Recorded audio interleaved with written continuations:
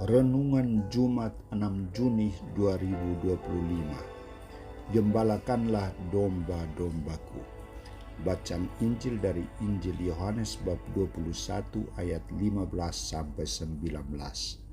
Saudara-saudariku terkasih, orang gampang berjanji tetapi sulit memenuhi janji itu, atau bahkan sama sekali tidak berbuat sesuai dengan apa yang dijanjikan. Santo Yohanes menampilkan dialog Yesus dengan Petrus. Yesus mengajukan pertanyaan kepada Petrus, "Simon anak Yohanes, apakah engkau mengasihi aku lebih daripada mereka ini?" Yesus kembali menguji kasih dan komitmen menjadi pengikutnya. Apakah Petrus masih sungguh-sungguh mengasihi Yesus? Apakah Petrus sungguh-sungguh taat dan setia mengikuti Yesus baik dalam suka maupun dalam duka, baik dalam situasi sulit maupun dalam situasi gembira?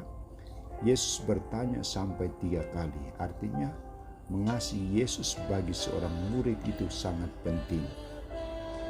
Ketika Yesus bertanya untuk ketiga kalinya, reaksi Petrus adalah sedih dan kecewa, menyesal dan tak berdaya, serta menjawab, "Tuhan, Engkau tahu segala sesuatu. Engkau tahu bahwa aku mengasihi Engkau." Suasana hati Petrus yang tadinya biasa-biasa saja akhirnya harus berubah, bahkan mengalami goncangan karena pertanyaan Yesus. Biarpun demikian situasinya, Yesus tetap mengatakan, "Gembalakanlah domba-dombaku." Saudara-saudariku terkasih, Yesus tidak memandang masa lalu Petrus yang menyangkal dia 3 kali. Ia melihat sikap kepolosan, kejujuran, dan kerendahan hati Petrus. Ia tetap memakai Petrus untuk menjadi gembala dombanya. Pertanyaan, mengapa Yesus bertindak demikian terhadap Petrus? Karena kasih karunia Yesus. Yesus tidak memilih orang yang sempurna, tetapi orang yang mau menerima kasih karunia-Nya.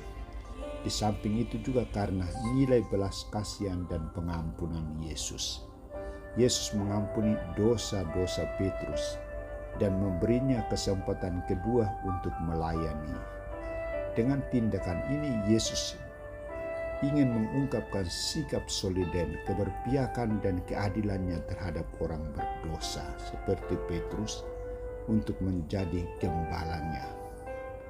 Ia memakai orang berdosa yang bertobat untuk menjadi pewarta Injil, gembala umat.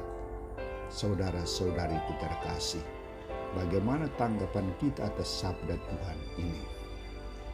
Sikap Yesus menyadarkan Petrus akan pengalaman masa lalunya dan kembali setia mengasihi Yesus dengan sungguh-sungguh, juga menyadarkan kita akan ketidaksetiaan kita dalam mewujudkan janji yang sudah kita ucapkan. Gampang kita ucapkan, tetapi sulit kita praktekkan. Kita juga seperti Petrus kadang menyangkal Yesus berulang-ulang kali, tetapi kita juga tetap dipanggilnya menjadi gembala domba-dombanya. Artinya Tuhan tidak memandang kelemahan kita.